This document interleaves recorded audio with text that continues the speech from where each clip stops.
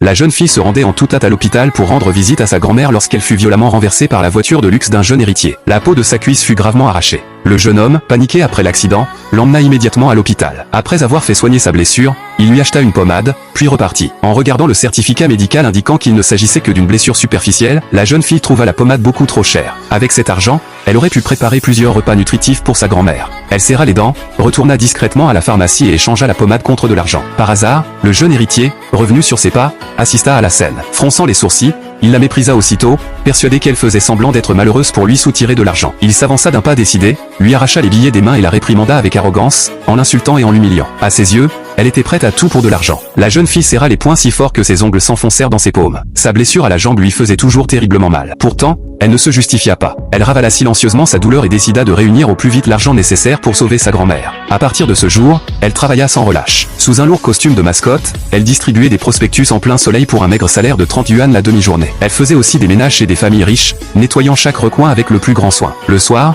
elle se rendait dans une salle de spectacle où elle jouait du piano jusque tard dans la nuit afin de gagner un peu d'argent. Elle cumulait 3 emplois par jour, au point que dormir était devenu un luxe. Mais en pensant que sa grand-mère pourrait enfin être opérée, elle trouvait la force de supporter toutes ces épreuves. Le lendemain, alors qu'elle se précipitait vers son examen de spécialité à l'université, elle heurta accidentellement un autre étudiant, faisant tomber tous ses documents au sol.